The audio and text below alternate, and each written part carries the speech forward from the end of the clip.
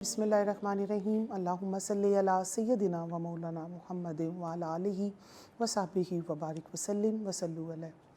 ناظرین، سچ T V کی خصوصی ٹرانسمیشن کربلا میں خواتین کا کردار میں آپ کی میزبان ناہیدہ راجپوت۔ ناظرین، یکم محرم الحرام سے لے کر آج 10 محرم الحرام تک ہم نے ہر روز ایک ادنا سی کاوش کی کہ کربلا میں موجود ہر اس خاتون کو خراج عقیدت پیش کر سکیں، ہر اس خاتون کا ذکر کر سکیں جس نے وقت کے امام کا ساتھ دیا، جنہوں نے وقت کے امام کا ساتھ باپ، بھائی، بیٹا سمجھ کے نہیں بلکہ حق سمجھ کے دیا، وقت کے حق کو پہچان کر، حق کی معرفت حاصل کر کے امام کے نام پہ کوئی شہید ہو گئیں تو کوئی غازی ہو گئیں۔ ناظرین، آج 10 محرم الحرام کا دن ہے اور آج ہم جس موضوع پہ بات کرنے جا رہے ہیں وہ کوئی عام موضوع نہیں ہے، وہ کوئی عام خواتین نہیں ہے۔ آج ہم بات کریں گے سیدہ زینب سلام اللہ علیہ اور سیدہ ام کلثوم سلام اللہ علیہ۔ آپ دونوں شہزادیاں ہیں، آپ دونوں آل رسول کی شہزادیاں ہیں، آپ گلشن زہرا کی وہ خوبصورت کلیاں ہیں کہ جنہوں نے پھر اپنے بھائی کے ساتھ مدینہ سے مکہ، پھر مکہ سے کربلا، اور پھر کربلا میں جب یوم عاشور آج کے دن کا دن انتہائی غم اور المناک دن تھا آج کا، اس کے بعد پھر آپ کو اسیر کر لیا گیا اور دوبارہ سے پھر کربلا سے آپ کو کوفہ اور کوفہ سے شام اور پھر دوبارہ شام سے مدینہ آپ پہنچی۔ لاکھوں سلام ہوں دونوں بنات علی علیہ السلام پہ کہ جن کی وجہ سے آج مجھ تک آپ تک کربلا پہنچی۔ 14 صدیاں گزرنے کے باوجود بھی آج اگر کربلا زندہ ہے تو اس کے جو سارا کریڈٹ ہے وہ ان بیبیوں کو جاتا ہے۔ اور سیدہ زینب سلام اللہ علیہ آپ ان تمام بیبیوں کی لیڈر تھیں، آپ ان پورے لٹے پٹے قافلے کو لیڈ کر رہی تھیں، لیکن لاکھوں سلام ہوں بنت علی پہ کہ آپ نے کربلا کو زندہ رکھا۔ یزید کا ایک بہت ہی گندے مقاصد میں سے ایک سب سے جو اس کا بڑا مقصد تھا کہ کربلا میں کربلا کو بپا کرنا ایک صحرا میں، تاکہ کربلا یہیں پہ دفن ہو جائے۔ لیکن سیدہ زینب سلام اللہ علیہ، سیدہ ام کلثوم سلام اللہ علیہ اور باقی تمام خواتین جب آپ کو اسیر بنا کر کوفہ کی جانب لے جایا گیا تو آپ نے کوفہ سے ہی اپنے خطبات کا آغاز کر دیا، اور پھر دربار ابن زیاد ہو یا دربار یزید ہو، آل رسول کی ان بیٹیوں نے ایسے ایسے خطبات دیے کہ وہاں سے جو ہے بغاوت کا سلسلہ شروع ہوا اور لوگوں کو پتہ چلا کہ یہ کوئی باغی گروہ نہیں ہے بلکہ یہ آل رسول کے شہزادے اور شہزادیاں ہیں۔ آج سچ ٹی وی کی خصوصی ٹرانسمیشن، اور ہمیشہ کی طرح سچ ٹی وی کا خاصہ ہے کہ بہترین اسلامک اسکالرز کے ساتھ ہم حاضر ہوتے ہیں۔ آج کے ہمارے پروگرام کی بھی مہمان اسکالرز کسی تعارف کی محتاج نہیں ہیں، آپ ان کو بیشتر ٹی وی چینلز پہ بھی دیکھتے رہتے ہیں اور ہمارے سچ ٹی وی پہ بھی آپ بیشتر پروگرامز میں تشریف لاتی رہتی ہیں۔ ہماری پہلی مہمان اسکالر وہ آپ ملک پاکستان کی ایک نامور اسکالرز میں آپ کا شمار ہوتا ہے، ڈیفرنٹ ٹی وی چینلز پہ، ہمارے سچ ٹی وی پہ ایز اے اسکالر بھی تشریف لاتی ہیں، اور ایک معروف ٹی وی چینل پہ آپ ہوسٹنگ بھی کرتی ہیں، محترمہ سحر زیدی صاحبہ۔ سحر، آپ کو آج کے پروگرام میں خوش آمدید۔ السلام علیکم ورحمۃ اللہ۔ انشاءاللہ ہماری دوسری مہمان اسکالر آپ بھی کسی تعارف کی محتاج نہیں ہے، آپ کی تعریف کرنا سورج کو چراغ دکھانے کے برابر ہے۔ ہمارے بیشتر پروگرامز میں آپ تشریف لاتی ہیں، باقی بھی ٹی وی چینلز پہ آپ تشریف لے کے جاتی ہیں۔ ایک معروف یونیورسٹی میں آپ لیکچرار ہیں، ڈاکٹر عقیلہ آصف صاحبہ۔ ڈاکٹر صاحبہ، آپ کو بھی آج کے پروگرام میں خوش آمدید کی۔ بہت شکریہ۔ سحر، آج 10 محرم الحرام وہ دن کہ جس دن کو یاد کر کے میرے اور آپ کے نبی حضور رحمۃ للعالمین صلی اللہ علیہ وسلم اتنا روئے کہ آپ کی ریش مبارک تر ہو۔ یہ وہ دن کہ جس دن سے حضرت ابو ہریرہ پناہ مانگتے تھے کہ یا اللہ مجھے 60 ہجری سے پہلے اس دنیا سے اٹھا لے۔ یہ وہ دن کہ سیدہ ام المومنین سیدہ ام سلمہ اس دن سے پناہ مانگتی تھی، اور آپ ہر روز اٹھ کے اس شیشی کو دیکھا کرتی تھی کہ جو شیشی نبی رحمت علیہ الصلوۃ والسلام نے آپ کو عطا کی تھی کہ جس دن یہ مٹی خون میں تبدیل ہو جائے، جان لینا میرا حسین شہید ہو گیا۔ آج یوم عاشور اور آج اصحاب حسین سب چلے جائیں گے. آج گلشن زہرا کے یہ خوبصورت پھول ریت میں مسمار کر دیے جائیں گے. اور آج کے دن سیدہ زینب سلام اللہ علیہ، سیدہ ام کلثوم سلام اللہ علیہ آپ کے بھائی نہیں رہیں گے، آپ کے بیٹے نہیں رہیں گے، آپ کے وہ بھتیجے جو آپ کا مان تھے وہ نہیں رہیں گے. جی سحر. بسم اللہ الرحمن الرحیم، الحمدللہ رب العالمین، وصلی اللہ علی محمد وآلہ الطیبین الطاہرین المعصومین المعصومین، ولعنۃ اللہ علی اعدائہم اجمعین. ان للہ وانا الیہ راجعون. آج کے دن کی تعزیت و تسلیت پیش کرتے ہیں امام وقت کے حضور اور تمام امت مسلمہ کو، اور جہاں بھی دنیا میں عشاق اہل بیت ہیں ان تمام لوگوں کو سید الشہداء کی عظیم شہادت، ان کے اصحاب کی شہادت پر تعزیت و تسلیت عرض کرتے ہیں. اور جیسا کہ آپ نے کہا کہ قیامت سے کم نہیں ہے، بے شک. اور ہم زیارت عاشورہ کی جو حدیث قدسی کی حیثیت رکھتی ہے اس میں ہم بارہا پڑھتے ہیں اور آج بھی کہ ایسی مصیبت نہ آسمانوں نے دیکھی اور نہ زمینوں نے دیکھی اور نہ وہ دیکھے گی. اور وہ ظلم تاریخ کا ایسا ظلم کہ اگر آج بھی کوئی کسی مشکل کا شکار ہوتا ہے یا پریشانی یا مصائب اور آلام میں گھرتا ہے تو اسے کربلا کے مصائب یاد آتے ہیں. لیکن کربلا کے مصائب کے سامنے اسے اپنی مصیبت ہیچ نظر آتی ہے، کم تر نظر آتی ہے. یعنی ایک دن میں یا دو پہر میں اتنے مصائب کسی خانوادے پر ڈھائے جائیں، اور وہ خانوادہ عام خانوادہ نہ ہو، وہ خاندان رسالت ہو، وہ جو اولاد ہو وہ اولاد رسول ہو. اور اسی وجہ سے جب اس ظلم کو ہوتے ہوئے غیر مسلموں نے دیکھا، یہود و نصارہ نے دیکھا اور دربار یزید میں، تو کہا کہ اگر ہمارے انبیاء کا کوئی کی سواری بھی ہوتی اور اس کی نشانی بھی ہوتی تو ہم اسے اس قدر سنبھال کے رکھتے. چہ جائے یہ کہ تم نے اپنے نبی کی اولاد کے ساتھ اس ظلم کو روا رکھا. اور یقیناً وہ شہید کہ جس پر آسمان کے فرشتوں نے گریہ کیا اور جن و ملائک نے گریہ کیا، اور آج تک آپ کی مرقد مقدس پر کربلا میں اس وقت جو لوگ حاضر ہیں، نہ صرف یہ کہ ان کو کئی ہزار حج و عمرہ کا ثواب مل رہا ہے، ہم رکابی رسول میں جو شہادت کا درجہ ہے وہ مل رہا ہے، بلکہ آج تک بھی یہ سلسلہ ہے کہ مرقد مقدس سید الشہداء پر ملائکہ کا نزول ہوتا ہے. اور یقیناً سلامی ہے اس سید الشہداء پر، ان کے تن اطہر پر. اگر میں زیارت ناہیہ کے چند جملات یہاں پر بولوں کہ آپ نے یہ کہہ کر امام زمان امام مہدی علیہ السلام نے سلام کیا کہ میرا سلام ہو اس شہید پر کہ جس کی ریش مبارک کو اس کے خون سے تر کر دیا گیا. میرا سلام ہو اس شہید پر کہ جس کو گوسفند کی مانند پس گردن ذبح کیا گیا اور کئی ضربے لگا کر اس کے سر اقدس کو تن اقدس سے جدا کیا گیا. اور میرا سلام ہو اس شہید انسانیت پر کہ جس کے جسم پر گھوڑوں کو ایسے دوڑایا گیا کہ کوئی ایک جوڑ بند ایسا نہیں تھا کہ جو سلامت رہ گیا ہو.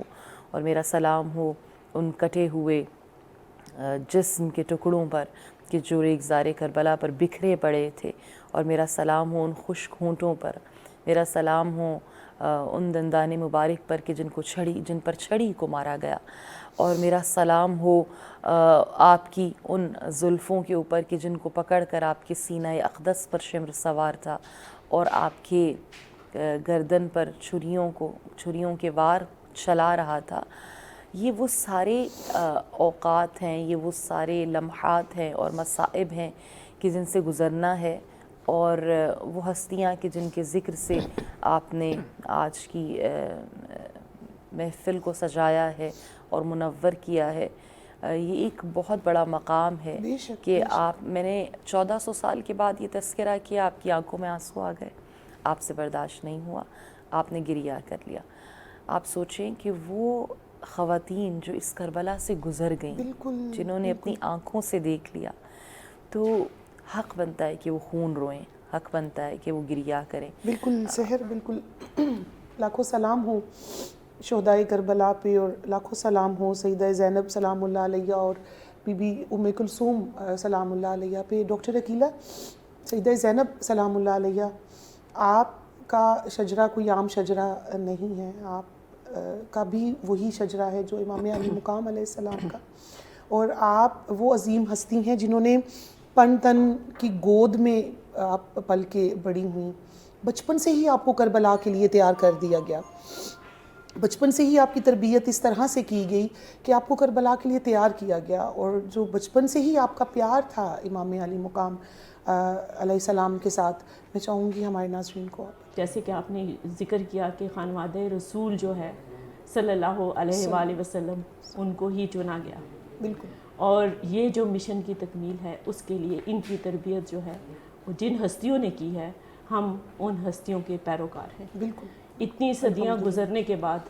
آج بھی مذہب اسلام، ہمارا جو دین اسلام ہے، یہ آج بھی دنیا کے بڑے مذاہب میں شامل ہے، الحمدللہ، اور اس کی وجہ یہی ہے کہ اس کے پیچھے ایسی مقتدر، ایسی عظیم ہستیوں کا کام ہے، اور یہ جو لازوال قربانی کی مثال حضرت امام حسین رضی تعالیٰ عنہ اور ان کے خانوادہ نے میدان کربلا میں پیش کی، یہ مثال رہتی دنیا تک ہمارے لیے مشعل راہ ہے کہ ایسی آزمائش کی گھڑیوں میں آپ نے کیسے ثابت قدم رہنا ہے۔ جن دو خواتین، معتبر خواتین کے آپ نام لے رہی ہیں، حضرت زینب رضی تعالیٰ عنہ اور حضرت ام کلثوم رضی تعالیٰ عنہ، یہ دونوں خواتین جو ہیں یہ ایسی خواتین ہیں جن کا دیکھیں گھر جو ہے ایک بنیادی ادارہ ہوتا ہے جس میں بچہ تربیت حاصل کرتا ہے۔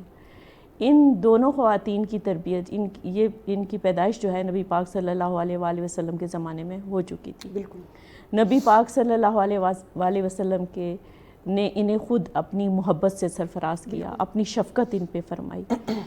ان کے بھائی حضرت امام حسین رضی تعالیٰ عنہ اور حضرت امام حسن رضی تعالیٰ عنہ، ان دونوں بھائیوں نے اپنی بہنوں کو بڑے ہی معتبر انداز میں، بڑے ہی اس زمانے کے لحاظ سے بھی اور آنے والے وقتوں کے لحاظ سے بھی ایسی تربیت فراہم کی، ایسا تحفظ، ایسی جرت، ایسی تعلیم، ایسی تربیت کی مثال ہے یہ کہ جس میں ہمیں حضرت فاطمہ رضی تعالیٰ عنہا کی جھلک نظر آتی ہے، ہمیں ان کا پورا گھرانے کا ایک جو ہے وصف نظر آتے ہیں۔ اس میں یہ جو گھر کی تربیت تھی شاید اس مشن کی تکمیل کے لیے بہت ضروری تھی، کیونکہ یہ مشن ادھورا رہ جاتا اگر یہ اس طرح کی سالڈ، جس کو کہتے ہیں ٹھوس تربیت نہ ہوتی۔ آج ہم اپنے بچوں کی تعلیم و تربیت پہ ہزاروں روپے خرچ کرتے ہیں، لیکن ہم ان میں وہ چند وصف بھی پیدا کرنے میں کامیاب نظر نہیں آتے جو ان خواتین کا حصہ تھا۔ کیا کمیونیکیشن سکلز تھیں، کیا پبلک سپیکنگ تھی، کہ آج تک ان کے جو خطبات ہیں ہم پڑھتے ہیں، ہم سنتے ہیں تو ایک دفعہ خون گرما جاتا ہے۔ جیسے میری بہن نے ابھی فرمایا تھا، یہ وہ لفظ تھے جو ان کے لبوں سے ادا ہوئے، جنہوں نے کوفہ والوں کو، جو کہ کچھ گھنٹے پہلے جن کا سٹیٹ آف مائنڈ کچھ اور تھا، ان کی تقریر سننے کے بعد ان کا سٹیٹ آف مائنڈ، ان کی ذہنی حالت، قلبی حالت ہی تبدیل ہو گئی، اور وہ یزید جو یہ سمجھتا تھا کہ یہ حکومت بڑی مضبوط ہے، اس کی بنیادیں ہل گئیں۔ آپ اس سے اندازہ کر سکتے ہیں کہ ان کی خطابت میں، ان کی تربیت میں اور ان کے پورے خاندان کا جو ایک رول تھا وہ کتنا مثبت اور کتنا دیر پا تھا۔ بے شک سحر سیدہ زینب سلام اللہ علیہ، جیسا کہ میں نے پہلے عرض کیا کہ بچپن سے ہی آپ کو کربلا کے لیے تیار کیا گیا، اور یہی وجہ تھی کہ آپ کے اندر حیدری جلال اور محمدی کمال دونوں کا ہمیں جو ہے وہ مکسچر نظر آتا ہے۔ اور سیدہ زینب سلام اللہ علیہ آپ پن تن پاک کی تربیت یافتہ تھیں۔ اگر پن تن پاک کا مظہر دیکھنا ہو تو وہ ہم سیدہ زینب سلام اللہ علیہ کو دیکھ سکتے ہیں۔ جی بالکل، جتنا بڑا مشن ہوتا ہے اور جتنا بڑا امتحان دینا ہوتا ہے تو اس کی تیاری بھی ویسے ہی ہوتی ہے، چونکہ اہل بیت علیہم السلام بنجتن پاک جانتے تھے کہ جس امتحان سے جناب زینب سلام اللہ علیہ نے گزرنا ہے تو اس امتحان کے مطابق ہی آپ کو تربیت دی گئی۔ اب آپ دیکھیے، اس بات سے اندازہ لگائیے کہ آپ کو تربیت دینے میں رسالت مآب صلی اللہ علیہ وآلہ وسلم، خود مولا متقیان علی ابن ابی طالب، جناب فاطمہ الزہرا سلام اللہ علیہ، امام حسن اور امام حسین جیسی شخصیات شامل ہوں، تو واقعاً آپ دیکھیں کبھی عام زندگی میں جس طرح کہ بالکل درست کہا انہوں نے کہ عام خواتین کا یہ مقام نہیں ہو سکتا تھا کہ وہ اس کرب سے اس مصیبت سے گزر جائیں. عام لوگوں کا, ہم جیسے گناہ گار لوگوں کا یہ حال ہے کہ ہم کہتے ہیں کہ خدا ہمیں مصیبتوں سے بچا, ہمیں مصیبتوں سے پناہ میں رکھ اور ہمارے اوپر مصیبتیں نہ آئیں, مصائب نہ آئیں. مگر اہل بیت علیہم السلام کے جن کے راستے کو, صراط مستقیم کو ہم ہر نماز میں مانگتے ہیں, تو وہ یہی محمد و آل محمد کا راستہ ہے. جب ہم کہتے ہیں اہدنا الصراط المستقیم, کہ ہمیں صراط مستقیم کی ہدایت فرما, تو یہ راستہ تو مصیبتوں کا راستہ ہے. اور انہوں نے مصیبتوں کو مانگا ہے, طلب کیا ہے. کیوں؟ کیونکہ انہی مصیبتوں سے ان کے درجات خدا کے ہاں بلند ہوئے ہیں. تو جتنی بڑی مصیبت اور امتحان اور ابتلا و آزمائش تھی, اسی قدر ٹریننگ سخت تھی ان ہستیوں کی. آپ دیکھیں تبھی ہمیں اثبات قدم نظر آتا ہے, تبھی ہمیں ثابت قدمی نظر آتی ہے, تبھی ہمیں استقلال اور جاہ و حشمت نظر آتا ہے کہ ایک مصیبت آئی ہے.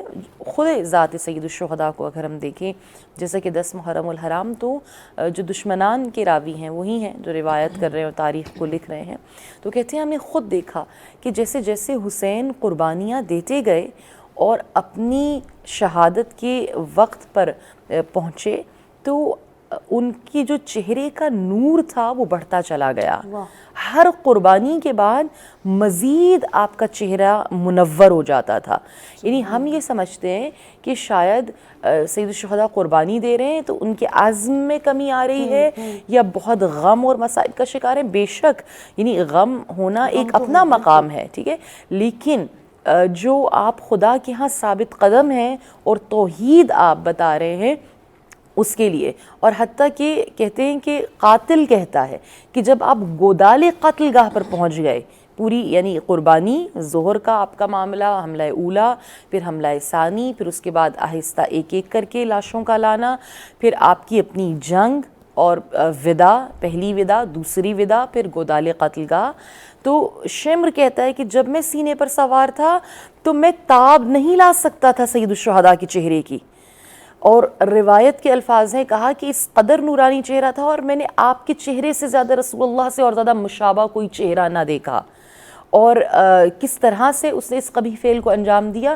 تو یہ ہستیاں, چاہے جناب زینب سلام اللہ علیہ, آپ دیکھیں کربلا کے بعد ایک اور کربلا ہے کہ جس کو آپ نے آپ کا سامنا کرنا ہے. جی, حدیث عشق دو بابس کربلا و دمشق, یہ کہ حسین یہ کم کرت دیگر زینب.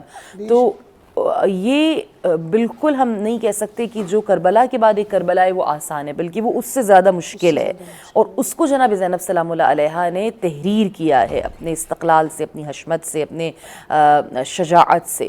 اور اس میں سب سے زیادہ اہم میں کچھ نکات جلدی, چونکہ وقت نہیں ہوگا, اس کو میں کور اپ کرنا چاہوں گی کہ جو آپ کا کردار رہا اس پوری شہادت میں, یا پیغام میرے اور آپ کے لیے بہت سے پیغامات, مہم ترین پیغاموں میں سے ایک پیغام یہ ہے کہ امام وقت کے مقصد کو سمجھنا اور اس سمجھ کے مطابق اپنے رویے میں اور عمل میں تبدیلی لانا.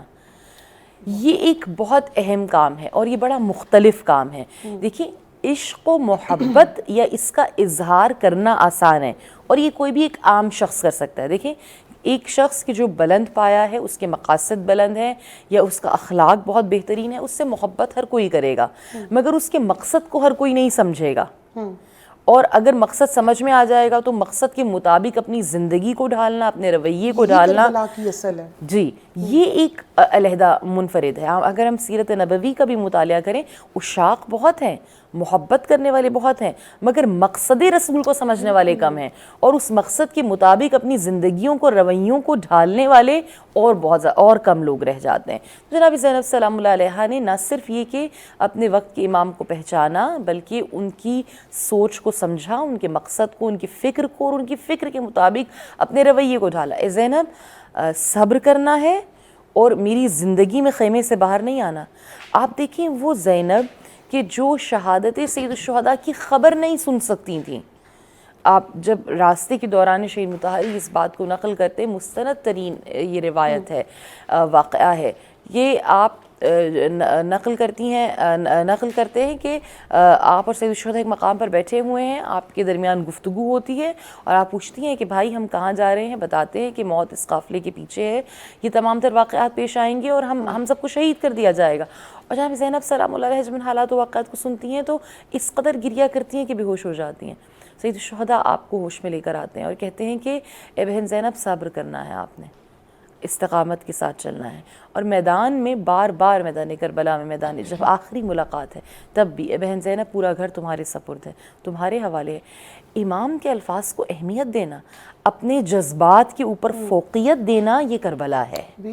میرا اور آپ کا جذبہ یا احساس یہ کہہ رہا ہے کہ اگر میرا بھائی قتل ہو رہا ہے تو میں خیمے سے باہر قدم نکالوں، میں جاؤں اور جا کر اس کو بچاؤں، یا میں وہاں جا کر کھڑی. لیکن اگر وہی امام وقت کہہ دے کہ خیمے سے باہر نہیں آنا، وہی امام وقت کہہ دے کہ صبر کا دامن ہاتھ سے نہیں چھوڑنا، تو اس کے مقصد کو سمجھنا، اس کی بات کو سمجھنا اور سمجھنے کے بعد اپنے رویے کے اندر تبدیلی لانا، یہ اصل کردار زینبی ہے. بالکل خانم، یہاں پہ ہم نے ایک چھوٹی سی بریک لینی ہے، بریک کے بعد حاضر ہوتے ہیں اور اپنے پروگرام کے سلسلے کو یہیں سے جاری کریں گے. ویلکم بیک ناظرین. آج 10 محرم الحرام اور بریک پہ جانے سے پہلے ہم گفتگو کر رہے تھے کربلا میں خواتین کے کردار پہ. عقیلہ، سیدہ زینب سلام اللہ علیہ کا ذکر ہو رہا ہے. سیدہ زینب سلام اللہ علیہ، سیدہ ام کلثوم اور باقی جتنے بھی خانوادہ رسول کی مستورات تھیں، آپ سب نے مدینہ سے مکہ اور پھر مکہ سے کربلا کے میدان میں آپ تشریف لائیں. آج جب شام غریباں جس کو ہم کہتے ہیں، یوم عاشور گزر جائے گا اور شام کو پھر سیدہ زینب سلام اللہ علیہ کی جو لیڈرشپ کوالٹی تھی، جس کی پوری زندگی آپ کی تربیت کی گئی، جس طرح بھی سحر زیدی نے بھی بڑے خوبصورت انداز سے اس ساری چیز کو بیان کیا، وہ لیڈرشپ کوالٹی اور وہ جتنی آپ کی تربیت، وہ اب ہمیں آج کا جب دن گزر جائے گا اور تو رات سے پھر بیک وقت زینب عباس بھی ہیں، زینب اب حسین بھی ہیں، زینب اب علی بھی ہیں، آپ لہجہ علی میں بولیں گی بھی، آپ کے اندر امام حسن علیہ السلام والی مینجمنٹ بھی آ جائے گی، عباس والا جلال بھی آ جائے گا. اب بیک وقت وہ سارے کردار اب اکیلی زینب کے اندر ہیں. بالکل ناہیدہ، آپ نے بڑی خوبصورت بات کہی کہ حضرت زینب رضی اللہ عنہا کا ایک یہ جو کردار ہے، یہ مجموعہ ہے ان تمام صفات کا جو آپ نے بیان کی ہیں ہماری مختلف معتبر ہستیوں کے حوالے سے. حضرت زینب رضی اللہ عنہا کا یہ ثابت قدمی تھی، ان کی ہوش مندی تھی، انہوں نے اس وقت کی نزاکت کو سمجھا. دیکھیں ایک طرف تو کتنا کرب ہے، کتنا درد ہے، کتنا بڑا غم ہے، غم کے پہاڑ ٹوٹ پڑے، اور دوسری طرف انہوں نے ان ساری مصیبتوں، ان ساری پریشانیوں کے باوجود انہوں نے صبر اور استقامت کو نہیں چھوڑا، بلکہ اپنے جو بچے ہوئے لوگ تھے ان کو وہ سہارا بھی دے رہی ہیں. کتابوں میں لکھا ہے کہ وہ ان کو تشفی بھی دیتی تھی، ان کو تسلی بھی دیتی تھیں، ان کا حوصلہ بھی بڑھاتی تھیں اور پھر رو بھی پڑتی تھیں. اور پھر جب وہ گریہ کرتی تھیں تو پھر ان کی بہن جو ہیں ام کلثوم، وہ ان کو تسلی دیتی تھی. اب یہ دیکھیں کتنی خوبصورت بات ہے. ہمیں یہاں پہ 2-3 چیزیں جو ہیں وہ سمجھائی گئی ہیں بڑے اچھے طریقے سے، اور بہت اچھا سحر زیدی نے بتایا کہ جب تک ہم ان سارے واقعات میں سے اس کی روح کو نہیں سمجھتے، اس کے مقصد کو نہیں سمجھتے، ان ساری چیزوں کو دہرانے کا کوئی فائدہ نہیں ہے. جب ہمیں کسی سے محبت ہے تو محبت کا مطلب صرف یہ نہیں کہ ہم صرف اپنے جذبات کا اظہار کرتے جائیں، بلکہ ان صفات کو اپنے اندر پیدا کرنے کی ضرورت ہے جو اس ہستی کے ساتھ وابستہ ہوتی ہیں. تو بالکل یہ بڑی خوبصورت بات ہے اور اس میں ہمارے لیے ہدایت ہے، اس میں ہمارے لیے روشنی ہے. تو حضرت زینب رضی اللہ عنہا کا یہ جو کردار ہے، شجاعت اور بہادری والا کردار، کہ انہوں نے کس طرح سے اب وہ قافلے کے ساتھ چلیں، وہ علام و مصائب جو ہیں وہ ہر مجلس میں اس وقت بیان کیے جا رہے ہوں گے کہ وہ کتنی بڑی مصیبت تھی، وہ زنجیریں تھیں، وہ برہنہ پا تھیں، وہ ننگے سر تھیں، اور کس مصیبت سے وہ اور کس دل سے اس جگہ سے چلی جہاں انہوں نے اپنے پیاروں کو شہید ہوتے اپنی آنکھوں کے سامنے دیکھا، اپنے خیموں کو جلتے دیکھا، کس طرح سے اپنے بچوں کو اپنی آنکھوں کے سامنے شہید ہوتے دیکھا. تو یہ ایک بہت ہی دل کو تکلیف دینے والی ساری باتیں تھیں. لیکن حضرت زینب رضی اللہ عنہا ان ساری مصیبتوں کے ساتھ ایک انہیں پتہ تھا کہ آپ ایک لیڈر کا ان کو کردار ادا کرنا ہے. انہوں نے اس پورے خانوادے کو لے کے چلنا ہے. وہاں پہ کسی مقام پہ بھی جب میں اس تاریخ کو پڑھتی ہوں کسی مقام پہ بھی میں نے انہیں متزلزل نہیں دیکھا.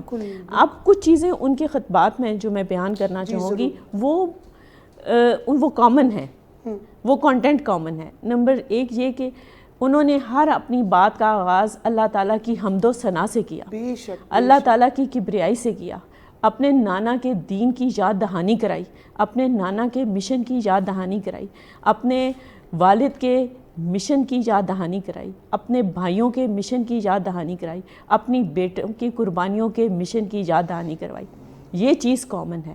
اس کے بعد سیکنڈ نمبر پہ وہ لوگوں کو بتاتی ہیں, جب انہوں نے خطاب کیا ہے پبلک سے, عام لوگوں کے سے جب وہ خطاب کر رہی ہیں تو وہ لوگوں کو بتاتی ہیں کہ خانوادہ رسول کیا تھا, اس کی اہمیت کیا تھی. اپنی حسب و نسب کے بارے میں انہوں نے بتایا, کیونکہ افواہ یہ پھیلائی گئی تھی کہ ہم باغی لے کے آ رہے ہیں.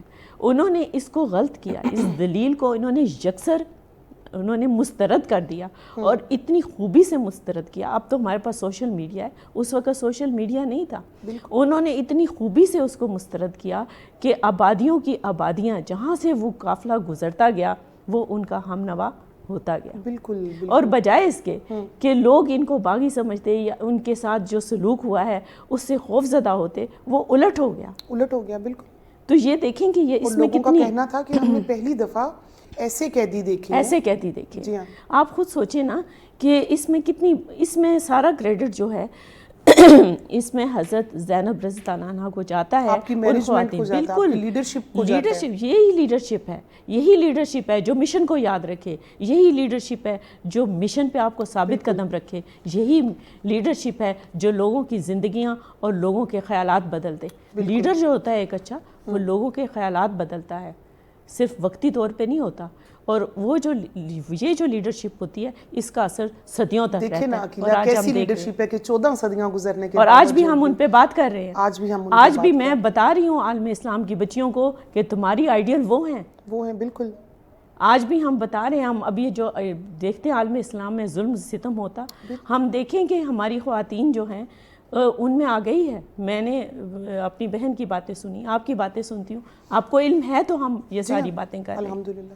اور خدا نے ہمیں اگر اس جگہ پہ بٹھایا ہے تو میں سمجھتی ہوں یہ سعادت ہے ہمارے لیے کہ ہم ان ہستیوں کو یاد کر رہے ہیں, ان کی جو صفات ہیں ان کا اعادہ کر رہے ہیں, اور ان کے اس مشن کو جو کہ انہوں نے اتنی مصائب کے باوجود یاد رکھا, جاری و ساری رکھا, ہم اس کی ایک ادنا کوشش کریں. بالکل. وقت کی ضرورت بھی یہی ہے کہ ہم فلسفہ کربلا کو سمجھیں. سحر سیدہ ام کلثوم سلام اللہ علیہ, آپ کی بھی تربیت اسی انداز میں کی گئی جس طرح سیدہ زینب سلام اللہ علیہ کی. آپ بھی مدینہ سے مکہ, پھر مکہ سے کربلا, اور پھر ساری اسیری, اور پھر دوبارہ مدینہ لے کے جانا, آپ کی بھی قربانیاں ہیں, آپ کے بھی خطبات ہیں, آپ کے دربار میں خطبات ہیں. میں چاہوں گی کہ ہمارے ناظرین کو سیدہ ام کلثوم سلام اللہ علیہ کے حوالے سے آپ نے کس کس جگہ خطبہ دیا اور کس طرح سے دیا. اور ایک اور ہماری اسکالر تھیں سحر, وہ کہہ رہی تھی کہ سیدہ ام کلثوم کی یہ اسٹریٹجی تھی کہ لوگ ہمیں باغی سمجھ رہے ہیں, تو جب ہم اب گزریں کسی آبادی والی جگہ سے تو ہم نے بلند تلاوت شروع کر دینی ہے تاکہ لوگوں کی توجہ ہو کہ یہ کوئی عام قیدی نہیں ہے. اور پھر جو آپ کا طریقہ تھا تلاوت کا, تو لوگ آپس میں کہتے تھے یہ کوئی عام طریقہ بھی نہیں ہے, یہ جو لہجہ ہے یہ لہجہ صرف بنو ہاشم کا ہو سکتا ہے. جی جناب زینب سلام اللہ علیہ کی استقامت جو ہمیں نظر آتی ہے, آپ کا کردار نظر آتا ہے, تو ہمیں بھرپور ساتھ یا سپورٹ جناب ام کلثوم سلام اللہ علیہ کی نظر آتی ہے. اور آپ ہی 2 خواتین لیڈرز ہیں کہ جو باقی خواتین کا حوصلہ بڑھا رہی ہیں. کیونکہ دیکھیں جو میں ایک اگلا نقطہ جو عرض کرنا چاہوں گی, آپ دونوں خواتین کے کردار سے کربلا میں اور بعد از کربلا, وہ مظلومیت اور قربانی کے احساس کو یا جذبے کو طاقت میں بدلنا ہے. یہ آج تک انسانیت نا اس طرز پر آ نہیں سکی. میں اگر آپ کو ایک مثال دوں اس وقت فلسطین کی، تو صرف ایک چہرہ جو ہم بار بار مظلوم دکھاتے ہیں کہیں پر بھی مستضعفین جہان کا، وہ مظلومیت ہے. لیکن کربلا ہمیں سکھاتی ہے کہ اس مظلومیت کو مجھے اور آپ کو طاقت میں کیسے بدلنا ہے، مقاومت میں کیسے بدلنا ہے. یہ جو مقاومتی سوچ ہے یہ کربلا کی خواتین مجھے اور آپ کو دیتی ہیں. یہ مظلومیت ہے، قربانی ہے، ایثار ہے. ہمیں جو مظلومیت نظر آتی ہے آج بھی اگر ہم سے کوئی کہے تو ہم کہیں ہم شہید پر نہیں رو رہے، ہم سید الشہداء کی شہادت پر نہیں رو رہے، انہوں نے یہ راستہ خود اپنے لیے اپنایا ہے. اس مظلومیت پر گریا ہے کہ جس مظلومیت سے ان کو تہہ تیغ کیا گیا ہے یا ان کو مارا گیا ہے. تو اس مظلومیت کو طاقت کا بلکہ ایک سرچشمہ قرار دینا، یہ کمال ہے جناب زینب اور جناب ام کلثوم سلام اللہ علیہا کا. اور آپ دیکھیں کربلا کی مظلومیت کو جب تک میں اور آپ مقاومت میں نہیں بدلیں گے، مجھے اور آپ کو کربلا طاقت نہیں دے سکتی.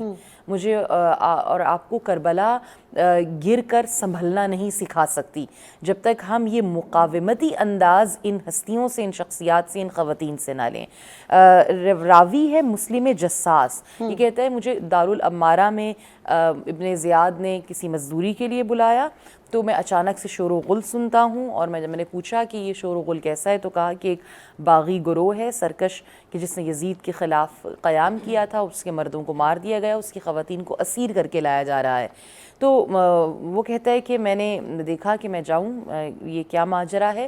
تو میں جیسے ہی قریب گیا تو وہ کہتا ہے کہ میں نے دیکھا، میں نے لوگوں سے پوچھا کہ یہ جو قافلہ ہے، کہا 40 اونٹوں پر مشتمل تھا، زیادہ تر خواتین تھیں اور اسرا کی حالت بہت ابتر تھی، اعضائے جسم سے خون بہہ رہا تھا اور ان کو رسیوں سے جکڑ کر ہاتھوں کو باندھ کر ان کو لایا جا رہا تھا. اور اس قدر بری حالت تھی کہ کوفہ کے لوگوں نے صدقے کی کھجوریں اور بچی ہوئی روٹیوں کے ٹکڑے بچوں کے اوپر پھینکنا شروع کیے. تو ان میں سے متعدد خواتین نے کہا کہ ہم اہل بیت رسول پر صدقہ حرام ہے. تو مسلم جساس کہتے ہیں میں نے پوچھا کہ یہ کون ہے اہل بیت رسول کہہ رہے ہیں؟ تو کہا کہ یہ خانوادہ یہ جو سر ہے یہ حسین ابن علی کا ہے. اور بہت اس نے اس پوری روایت چونکہ طویل ہے بتایا، اس سر کی کیفیت کو بیان کیا کہ وہ کیسا ہے، اور اس کیفیت کو دیکھنے کے بعد کہا اس میں جو شباہت تھی رسول اللہ سے، اس کو دیکھ کر لوگ گریا کرنے لگے اور رو رہے تھے. تو اسی دوران وہ کہتا ہے کہ میں نے دیکھا ایک خاتون ہے کہ جس کو لوگوں نے کہا کہ یہ کلثوم بنت علی ہیں. وہ اپنے اونٹ پر، اپنی سواری پر بلند ہوتی ہیں اور کہتی ہیں کہ اے اہل کوفہ، تمہارے مرد ہمارے مردوں کو قتل کرتے ہیں اور تمہاری عورتیں ہم پر گریا کرتی ہیں. یعنی تمہاری منافقانہ روش بی بی کہنا چاہ رہی ہیں کہ یہ ہے کہ تم ہمیں قتل کرو اور تم ہی ہمارے اوپر گریا کرو اور رو.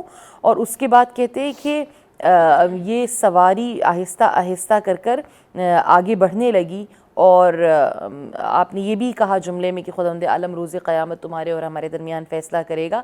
تو جب یہ گفتگو ہو ہی رہی تھی اور یہ بات ہو رہی تھی تو وہ نیزے آگے لے کر بڑھے کہ جن کے اوپر سر اقدس تھے. اور پھر راوی بیان کرتا ہے کہ جناب ام کلثوم سلام اللہ علیہا مخاطب ہوئیں لوگوں سے، اور آپ نے پروردگار عالم کی حمد و ثنا کے بعد کہا کہ اہل کوفہ تم نے کتنا قبیح ترین فعل انجام دیا ہے. ایک ایسی شخصیت کو قتل کیا تم نے، حسین کو تنہا چھوڑ دیا، ان کو شہید کیا، ان کے مال و اسباب کو لوٹ لیا، ان کے خیام کو جلا دیا، ان کے خانوادے کو اور خانوادہ عصمت و طہارت کو اسیر کر لیا، ان کی ناموس کو اسیر کیا. بس تم پر بربادی اور ذلت مسلط ہو اور تم پر ہلاکت ہو. تم جانتے ہو کہ تم نے کتنا بڑا بوجھ اپنی پیٹھ پر اٹھایا ہے. ہاں، یعنی احساس ندامت دلا رہی ہیں کتنا بڑا دھوکہ ہے جو تم نے خود سے کیا ہے. یعنی یہ دھوکہ جو سید الشہداء کو کوفے میں بلانا اور ان کا ساتھ چھوڑ دینا اور کربلا میں انہیں قتل کر دینا، کہا یہ دھوکہ تم نے حسین کے ساتھ نہیں، تم نے اپنے ساتھ کیا ہے. اور پھر آپ کہتی ہیں کہ تمہیں احساس بھی ہے کہ تم نے کس عظیم خون کو بہایا ہے کہ جس کو بہانے کو خدا نے حرام قرار دیا تھا. تم نے کس کی ناموس کو دربدر کر دیا ہے. تم جانتے ہو کہ کہ کس کی بیٹیاں ہیں کہ جن کے مال و اسباب کو لوٹ کر تم نے قیدی بنایا ہے. بلا شبہ تم نے رسول اللہ کے بعد امت کے بہترین لوگوں کو قتل کیا اور تمہارے دلوں سے خدا نے رحمت کو اٹھا لیا ہے. یاد رکھو کہ اللہ ہی کی جماعت کامیاب رہے گی, نجات یافتہ ہم ہیں اور شیطانی گروہ کا مقدر شکست ہے, رسوائی ہے. اس کے بعد آپ نے اشعار پڑھے, آپ نے کہا کہ تم نے میرے بھائی کو قتل کر دیا, بس اللہ تمہیں ہلاک کرے, تم عنقریب آتش جہنم میں جلو گے. تم نے ایسے خون کو بہایا جیسے بہانے کو اللہ نے حرام قرار دیا. پھر نبی اکرم صلی اللہ علیہ وآلہ وسلم اور قرآن نے بھی خون ناحق بہانے سے تمہیں روکا تھا. اب میں تمہیں خبر دیتی ہوں کہ ہمیشہ ہمیشہ کے لیے آتش جہنم میں جلنے کے لیے آمادہ ہو جاؤ. بے شک اب جہنم تمہارا ٹھکانہ ہے. میں اپنے بھائی پر باقی ساری زندگی گریہ کرتی رہوں گی, جو نبی اکرم کے بعد روئے زمین پر سب سے زیادہ فضیلتوں کے مالک تھے. کہتے ہیں اس کے بعد جناب ام کلثوم نے اپنے بھائی پر اتنا گریہ کیا کہ ایسا لگتا تھا کہ آپ کے آنسو تھمے ہی نہیں. اور آپ کو دیکھنے کے بعد اس قدر اہل کوفہ کے اندر شدت طاری ہو گئی گریے کی کہ آپ کو دیکھنے کے بعد خواتین اپنے رخساروں کو زمین پر رکھ کر گریہ کرنے لگی, رونے لگی. مردوں نے اپنے گریبان چاک کر لیے. یعنی اس قدر پردرد لہجے میں آپ نے یہ خطاب کیا تھا, آپ نے گریہ کیا اور اس کو اشعار پہ اختتام کیا. تو خطبہ چاہے جناب زینب سلام اللہ علیہا کا ہو یا جناب ام کلثوم سلام اللہ علیہا کا ہو, واقعات کی تشریح کر کے عوام تک پہنچانا یہ بہت بڑا کمال ہے. دیکھیں واقعہ ہو جانا ایک علیحدہ بات ہے, مگر اس واقعے کی تشریح کرنا اور لوگوں تک اس کے پیغام کو پہنچانا یہ ایک علیحدہ مرحلہ ہے. واقعات ہو جاتے ہیں لیکن لوگوں کو سمجھ میں نہیں آتا کہ یہ کیوں ہوا ہے. لیکن آپ ان خطبات کو دیکھیں جس طرح سے آپ نے تعارف کروایا اپنے خانوادے کا اور لوگوں کو ان کا مکروہ چہرہ دکھایا, باطل کو بے نقاب کیا. ہمیں یہ روش یہ تبھی ہو سکتا ہے جب انسان اپنے عقیدے میں بہت کلیئر ہو, بہت کلیئر ہو.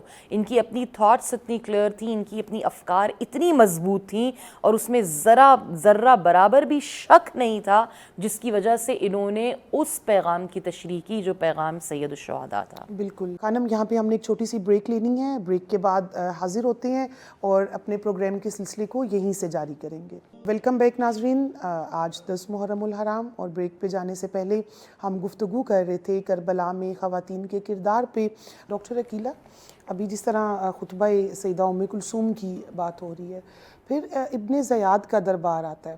اب یہ وہ پہلا لفظ کہتے ہوئے میری زبان ساتھ نہیں دے رہی, لیکن یہ پہلی پیشی تھی آل رسول کی ان شہزادیوں کی کہ جہاں پہ انہوں نے فرسٹ ٹائم ایک ایسے مجمع میں جا رہی ہیں کہ جس مجمع کو پہلے نہیں دیکھا ہوگا ان شہزادیوں نے.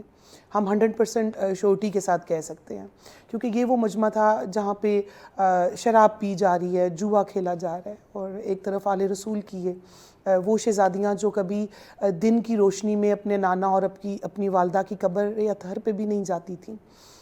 سیدہ زینب سلام اللہ علیہ کی یہاں پہ فرسٹ پریزنٹیشن ہے. اب ابن زیاد کے دربار میں کس طرح سے سیدہ زینب سلام اللہ علیہ نے پریزنٹ کیا اپنے ہونے والے ظلم کو. ابھی جس طرح خانم بھی یہی کہہ رہی تھی کہ واقعہ ہو جاتا ہے لیکن ہم اس کو کس طرح سے پریزنٹ کرتے ہیں, کس طرح تشریح کرتے ہیں, یہ میٹر کرتا ہے. جی بالکل, آپ نے درست فرمایا کہ دیکھیں واقعات تو ہوتے ہیں, ابھی بھی دنیا میں بہت سارے واقعات ہو رہے ہیں, لیکن صحیح سیاق و سباق کے ساتھ اور صحیح پرسپیکٹو کے ساتھ کسی چیز کو بیان کرنا جس سے اس کا مقصد بھی واضح ہو جائے اور اس کے اثرات بھی بتائیں کہ دورس اثرات ہیں کہ اس واقعے کے, کوئی 1-2 دن کی بات نہیں ہے. دیکھیں صدیوں سے ہم اس واقعے کا ذکر کرتے ہیں, اور جب بھی ذکر کب کرتے ہیں, ذکر تب کرتے ہیں جب ہمارے عقیدے کی مضبوطی کی بات ہوتی ہے. ذکر کب کرتے ہیں جب کردار کی مضبوطی کی بات ہوتی ہے. ہم اس کا ذکر کب کرتے ہیں جب قربانی کی بات ہوتی ہے. ہم اس کا ذکر تب کرتے ہیں جب شجاعت کی بات ہوتی ہے, بہادری کی بات ہوتی ہے, حق باطل کے سامنے کلمہ حق کہنے کی بات ہوتی ہے. تب ہم ان روایات کو دہراتے ہیں اور ان واقعات کا ذکر کرتے ہیں. تو اس لحاظ سے وہ دربار جو ہے وہ ان بیبیوں کے سامنے ہیج تھا. میں تو یہی کہوں گی, جو ان کی عظمت تھی, جو ان کی کردار کی خوبی تھی, جو ان کے عقیدے کی پختگی تھی, اور جو ان کی فصاحت و بلاغت تھی, اور جو ان میں یہ وصف تھا کہ وہ صحیح سیاق و سباق کے ساتھ عوام الناس تک اور اس وقت کے حکمرانوں تک، اس وقت کے ہر قسم کے طبقے تک یہ بات پہنچا دیں کہ اصل میں ہوا کیا ہے. تو یہ جو چیز ہے یہ اس کا واقعی پورا کریڈٹ، پوری جو ذمہ داری ہے یا جو جس کو کہنا چاہیے حوالہ ہے، وہ یہ دو بیویاں ہیں. بالکل. اور آج تک ان کا یہ جو کردار ہے اس میں کوئی دوسری بات نہیں ہے کہ ان کے اگر یہ بیانات نہ ہوتے، تاریخ میں درج نہ ہوتے، جیسے کہ ابھی سحر نے پڑھ کے سنایا، اگر یہ ہمارے پاس ریکارڈ پہ نہ ہوتے تو آج ہمارے پاس یہ حوالے اگر ہماری بیان کے جو ابھی ہم بیان کر رہے ہیں اس کی تائید ہے یہ.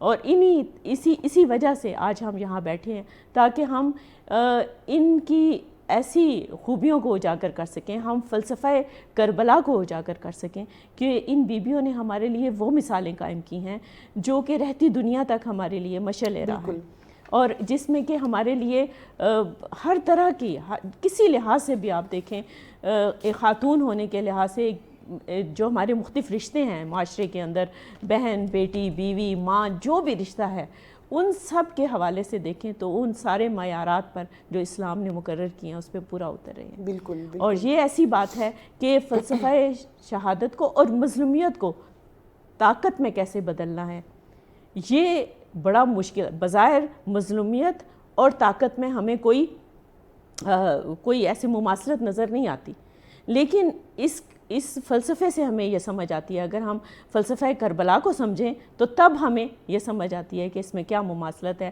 اور کیسے مظلومیت کو، کیسے ایک ظلم کرنے والے کے ظلم کو بیان کر کے ہم اس دنیا کو یہ بتا سکتے ہیں، لوگوں کو یہ بتا سکتے ہیں، ہماری پالیسیز چینج ہو سکتی ہیں، دنیا کے ذہن، دنیا کے دل بدل سکتے ہیں اگر ہم واقع کربلا کو اس کی صحیح روح کے ساتھ اور صحیح طریقے سے لوگوں تک پہنچانے میں کامیاب ہو سکتے ہیں. بالکل ایسے ہی ہے. سحر، بی بی کا پہلا خطبہ ابن زیاد کے دربار میں اور درمیان میں جگہ جگہ پہ بھی آپ کے خطبات ہیں.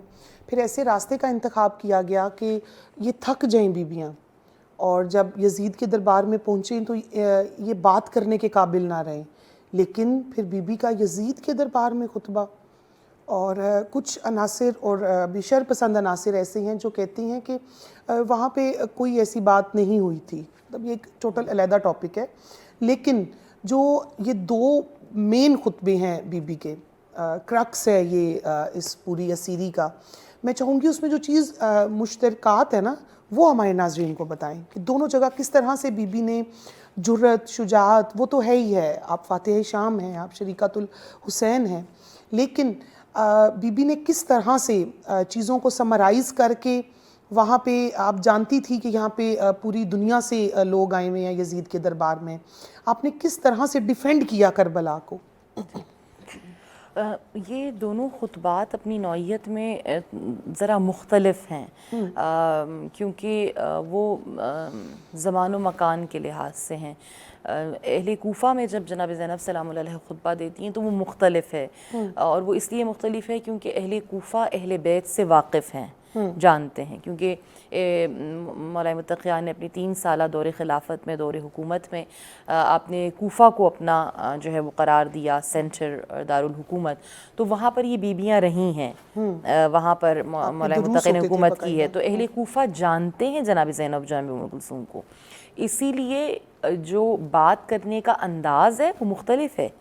یا اہل الکوفہ، یا اہل الخاتل والخزل والغادر، آپ نے یہاں جو کوفے کے بازار میں خطبہ دیا تو آغاز ہی اہل کوفہ، اہل مکر، اہل فریب، اہل دھوکہ، یعنی ان کو ان کی صفات کے ساتھ یاد کیا اور بتایا کہ کیا تم نہیں جانتے کہ تم نے، اور پھر وہ جو ایک مثال دی ہے کہ تمہاری مثال ایک ایسی خاتون کی ہے کہ جو ساری رات اون سے، دھاگے سے کپڑے کو بنتی ہے اور صبح اٹھتی ہے تار کر لیتی ہے. اس کا کیا مطلب ہے؟ اس کا مطلب یہ ہے کہ تم جانتے ہو ہمیں، ٹھیک ہے، اور جب بھی یہاں سے ہمیں کوفہ سے صرف دھوکے اور فریب کے علاوہ کچھ نہیں ملا، یعنی یاد کر رہی ہیں کہ امیر المؤمنین محراب کوفہ میں ہی قتل ہوئے ہیں. یہ اہل کوفہ ہی ہیں کہ جن کے درمیان میرے بابا شہید ہوئے ہیں. تو یعنی تم نے بابا کے ساتھ بھی جو ہے وہ وفا نہیں کی، تم نے حسن کے ساتھ بھی وفا نہیں کی، تم نے حسین کے ساتھ بھی وفا نہیں کی. یعنی تم بار بار ایک وعدہ کرتے ہو کہ ہم آپ کا ساتھ دیں گے اور پھر اس کے بعد اس کو تار تار کر دیتے ہو. اور یہ دھاگے کی آپ دیکھیں صلاحیت ہے یا اس کی ایک خوبی ہوتی ہے کہ اگر آپ کوئی چیز بنی ہوئی ہے اور بہت ٹائٹ بنی ہوئی ہے ایک مرتبہ فرسٹ ٹائم، اگر آپ اس کو کھول دیں اور آپ اس کو دوبارہ بنیں تو اس کے اندر وہ مضبوطی نہیں ہوتی. ٹھیک، تو آپ یعنی یہاں پر جو بات کر رہی ہیں وہ اپنے اس ایکسپیرینس کی بنیاد پر کر رہی ہیں کہ یہ لوگ جانتے ہیں آپ کو. ٹھیک ہے، تو بتا رہی ہیں کہ تم نے کیا کیا اور بار بار کیا کیا، اور اب تمہارے لیے عذاب کے علاوہ اور کوئی تنبیہ نہیں ہے اور کوئی ایسی بات نہیں ہے جو ہم یہاں پر کریں گے. یہی جناب کلثوم سلام اللہ علیہ نے کہا. شام میں اسٹریٹجی بدل جاتی ہے. وہ اس لیے بدلتی ہے کہ اہل شام اہل بیت سے واقف نہیں ہے. اہل شام کے اندر، ان کے قلوب کے اندر اہل بیت کے بغض کا نفوذ کیا گیا ہے. یہاں پر 90 سال تک حاکم شام نے مولا متقیان کے اوپر سب و شتم کرایا ہے. تو یہاں پر بغض علی کو انکلکیٹ کیا گیا ہے. یہ لوگ علی سے واقف نہیں ہیں. جب اہل شام نے سنا کہ علی کوفہ میں شہید ہو گئے، مسجد میں شہید ہو گئے، سجدے میں شہید ہو گئے، تو انہوں نے کہا علی کا مسجد سے کیا کام تھا؟ علی مسجد میں کیا کر رہے تھے؟ یعنی علی کی شخصیت کو اس قدر وہاں پر مس کر کے پیش کیا اور لوگوں کے اندر بغض کو مولا متقیان کے راستے کیا. تو یعنی لوگ نہیں جانتے علی اولاد علی کو، لوگ واقف نہیں ہیں اہل بیت رسول سے. تو یہاں پر جب آپ خطبہ دیتی ہیں تو نکات مختلف ہیں، انداز مختلف ہے. جو 700 کرسی نشین ہیں ان میں سے میجورٹی نان مسلمز ہیں، آپ انہیں پھر اپنا انٹروڈکشن دیتی ہیں. یہاں پر جو تعارف ہے وہ خانوادہ رسالت کا ہے. یہاں پر جو انداز ہے اس میں قرآنی آیات سے استدلال ہے. یہاں پر پچھلی اقوام کا تذکرہ ہے. یعنی آپ کی شروع ہی میں جو سورہ روم سے آپ نے آیت کی تلاوت کی تو اس کے اندر پرانی اقوام کا تذکرہ کرنا کہ قوم عاد ہے، قوم سمود ہے، کیوں وہ عذاب الہی کی مستحق قرار پائی ہیں. تو یہاں پر یہ بتانا مقصود ہے کہ یہاں پر جو دوسری اقوام کے لوگ ہیں وہ بھی جان لیں کہ ہمارا ادیان الہی سے کوئی آج کا تعلق نہیں ہے. یعنی ہمارے ہی جد رسول رسالت میں آپ صلی اللہ علیہ وسلم وہ جد ہیں کہ جنہوں نے آ کر پہلے جو ادیان الہی ہیں اور انبیاء ہیں ان کے عقیدے کے اوپر قرآن کے ساتھ ثبت کی ہے مہر. تو پرانی اقوام کا تذکرہ اس لیے کیا گیا کہ آپ بتانا چاہ رہی ہیں کہ ہمارا عقیدہ کیا ہے، ہمارے جد کا عقیدہ کیا ہے ان کے بارے میں. اور اس کے بعد پھر جب آپ اپنا تعارف کرواتی ہیں اور اس کے بعد اس تعارف میں اپنے خانوادے کو باقاعدہ جو لوگ نہیں جانتے وہ جان لیں کہ ہم خاندان وحی، خاندان نبوت سے ہمارا تعلق ہے. ہم وہ ہیں کہ خدا نے جنہیں فضیلتوں سے ہمکنار کیا ہے. اور پھر اس کے بعد آپ جو مسلمان وہاں موجود ہیں ان کے لیے جنگ اور بدر کا تذکرہ، احد اور بدر کا تذکرہ کرتی ہیں. اور یبنت طلقاء کہہ کر یزید کو مخاطب کرتی ہیں، اے ہمارے آزاد کردہ غلاموں اور کنیزوں کی اولاد. یعنی بتا رہی ہیں کہ تمہارا حسب اور نسب کیا ہے اور ہمارا حسب و نسب کیا ہے. تو یعنی اور پھر اس کے چہرے سے ہٹانا، باطل کے چہرے سے اس نقاب کو ہٹانا جو اس نے اسلام کا ایک اوڑھا ہوا تھا نقاب، اس کو کہ یہ صرف ایک دعویٰ ہے مسلمان ہونے کا، اسلام ہونے کا. جبکہ ایک تحقیق کے مطابق جو یزید کی اپنی کیبنٹ تھی اس میں سے 20 سے زیادہ جو وزیر ہیں اس کے وہ یہودی تھے. تو یعنی کربلا کے بپا ہونے میں یہودیوں کا بھی ایک بہت بڑا ہاتھ ہے اور یزید کو یزید بنانے میں، اور یہ تمام تر جو امور انجام دیے گئے. اور خود وہ جن کنیزوں کی گودوں میں پلا وہ ساری اہل یہود ہیں. تو یقیناً یعنی ادیان کا تعارف، پھر بدر و احد، اور پھر بتانا کہ بغض اور حسد یہ کوئی نیا نہیں ہے، تمہارا رسول اکرم سے اسلام سے بہت پرانا ہے اور جس کا تم نے پھر کربلا میں انتقام لیا ہے. اور یزید نے خود اس بات کا اقرار کیا کہ آج وہ ارواح شاد ہوں گی کہ اور وہ مجھے بہت داد دے رہی ہوں گی کہ جن کا بدلہ میں نے بدر و احد کا آج لیا ہے. اور اس کے بعد جو سب سے ایک بہترین بات، پھر آپ کسی خوف کا شکار نہیں ہوتی. یعنی جو آپ کو کہا جاتا ہے کہ آپ بطلۃ الکربلا ہیں، کربلا کی شیر دل خاتون ہے، جبل الصبر ہیں. تو آپ کہتی ہیں کہ لا تمحو ذکرنا ولا تمیت وحینا، اے یزید تو ہمارے ذکر کو مٹا نہیں سکے گا، تو وحی کے سلسلے کو منقطع نہیں کر سکے گا. وہ جو کوسچن تھا تم نے کربلا کو کیسا پایا؟ جی وہ ابن زیاد، بالکل ابن زیاد کا دربار تھا کہ جب ابن زیاد نے طنز کیا کوفہ میں اور کہا کہ دیکھا کہ خدا نے تمہارے بھائی کے ساتھ کیا کیا.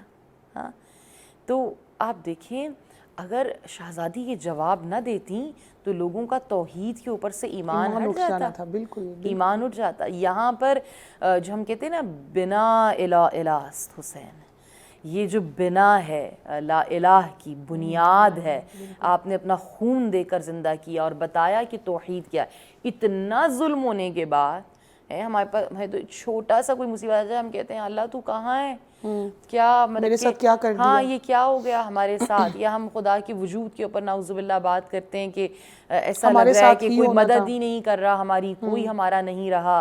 یعنی انسان کا فوراً سے جس چیز کے اوپر سے ایمان ہٹتا ہے, شیطان جس وسوسے میں مبتلا کرتا ہے, وہ وجود خدا ہے. لیکن اتنا سب کچھ ہو جانے کے باوجود بھی جب کہا دیکھا خدا نے تمہارے ساتھ کیا ہے, کچھ نہیں, اس راہ کا انتخاب تو خود میرے بھائی نے کیا. اور پھر کہا آپ نے کہ ما رأیت الا جمیلا, میں نے کربلا میں حسن کے علاوہ اور کچھ نہیں دیکھا, جمال کے علاوہ کچھ نہیں دیکھا.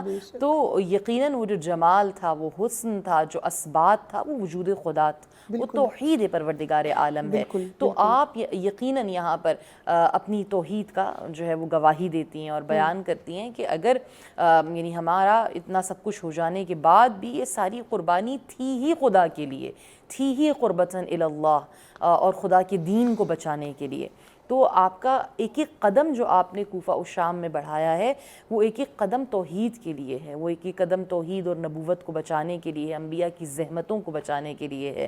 اسی لیے کہا جاتا ہے کہ زینب ابو تراب کی زینت کا نام ہے, زینب امامتوں کی امانت کا نام ہے, زینب علی کے خون کی طہارت کا نام ہے, زینب حسینیت کی ضرورت کا نام ہے, مانا وجود شاہ میں پوری ہے کربلا, زینب اگر نہ ہوں تو ادھوری ہے کربلا. بے شک بے شک کربلا. ایک چھوٹا جی ضرور کرنا چاہوں گی کہ جب اس نے یزید نے کارروائی کا آغاز کیا تو اس میں سب سے پہلے اس نے 2 قرآن پاک کی 2 جو آیات آل عمران کی آیات سے, جب ان آیات کا جو مطلب تھا اس کو اگر اس وقت حضرت زینب رضی اللہ عنہا اس کے, کیونکہ جتنا ان کو پتہ ہے قرآن پاک کی انٹرپریٹیشن کا اور اس کو اس کی تفسیر کا, تو اس کو تو پتہ نہیں تھا. اس کو تو خوش کرنے کے لیے کسی نے کہہ دیا کہ آپ ان کی تلاوت کروائیں جس میں کہ ذکر ہے کہ وَتُعِزُّ مَن تَشَاءُ, تو اس کے جواب میں انہوں نے یہ کہا, اس کے جواب میں انہوں نے وہ آیات تلاوت کی اور پھر انہوں نے بالکل کھل کے بتایا کہ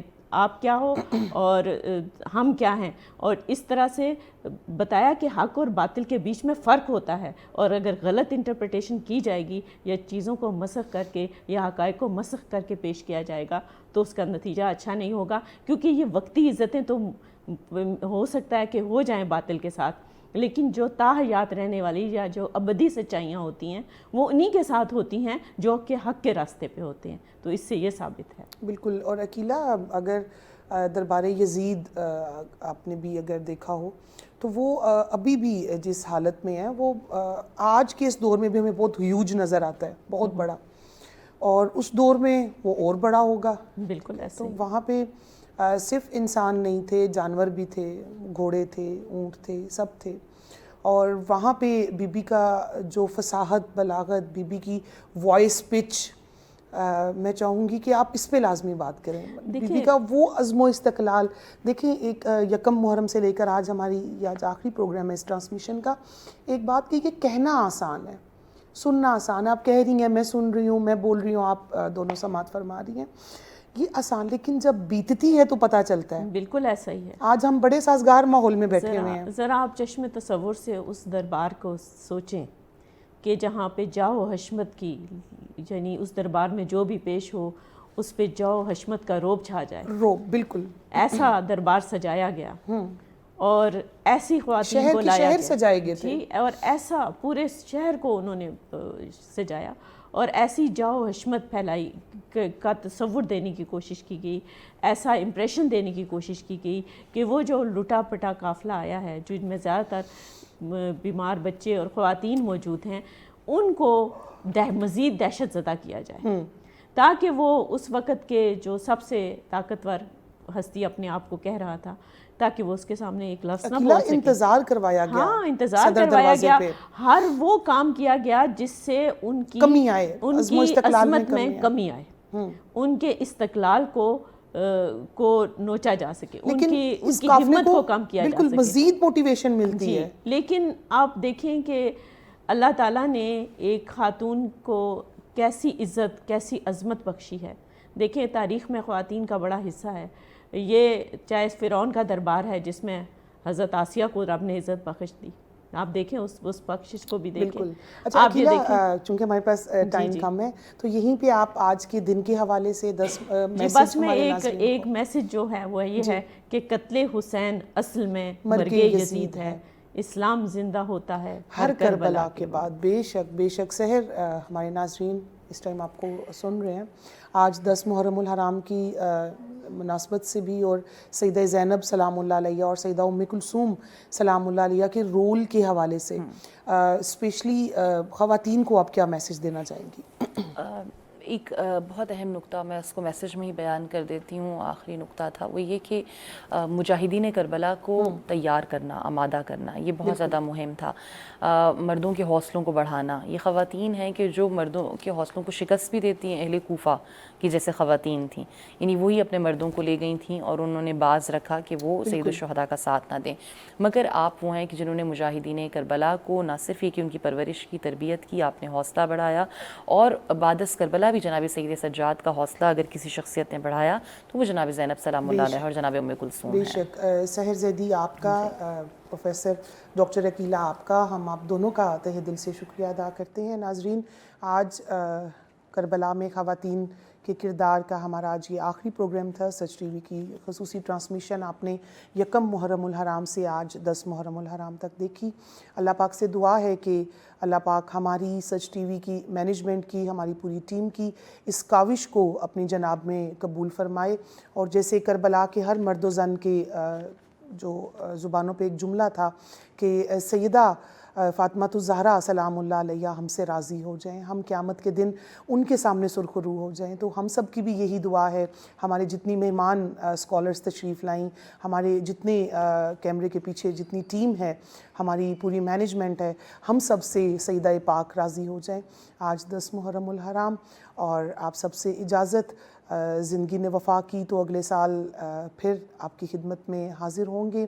اللہ پاک ہم سب کو معرفت کربلا اور فلسفہ کربلا سمجھنے کی توفیق عطا فرمائے. وما علینا الا البلاغ. اور اس کے ساتھ ہی میں ریکویسٹ کرتی ہوں، ہم ملک پاکستان کی نامور نعت خواں ہیں، مرثیہ خواں ہیں، منقبت خواں ہیں محترمہ حافظہ عاطرہ عثمان صاحبہ. آپ سے ریکویسٹ ہے عاطرہ کہ آپ آج کے پروگرام کے حوالے سے سیدہ زینب سلام اللہ علیہ کے حوالے سے ہمارے ناظرین کو مرثیہ یا منقبت سنائیں. جی عاطرہ. رسول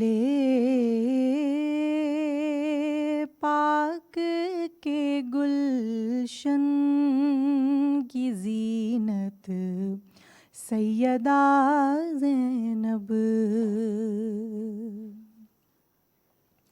رسول پاک کے گلشن کی زینت سیدہ زینب، جناب فاطمہ کے دل کی راحت سیدہ زینب، جناب فاطمہ کے دل کی راحت سیدہ زینب. علی المرتضیٰ کے باغ کی تازہ کلی وہ ہیں، علی المرتضیٰ کے باغ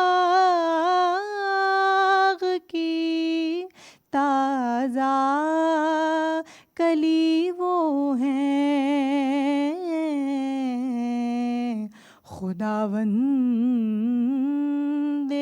دو عالم کی عنایت سیدہ زینب خداوند دو عالم کی عنایت سیدہ زینب اور صحابہ نے مبارک باد ہے ساجد علی کو دی صحابہ نے مبارک باد ہے ساجد علی کو دی ہلائی ساتھ اپنے نور و فرحت سیدہ زینب ہلائی ساتھ اپنے نور و فرحت سیدہ زینب رسول پاک کے گلشن کی زینت سیدہ زینب جناب فاطمہ کے دل کی راحت سیدہ زینب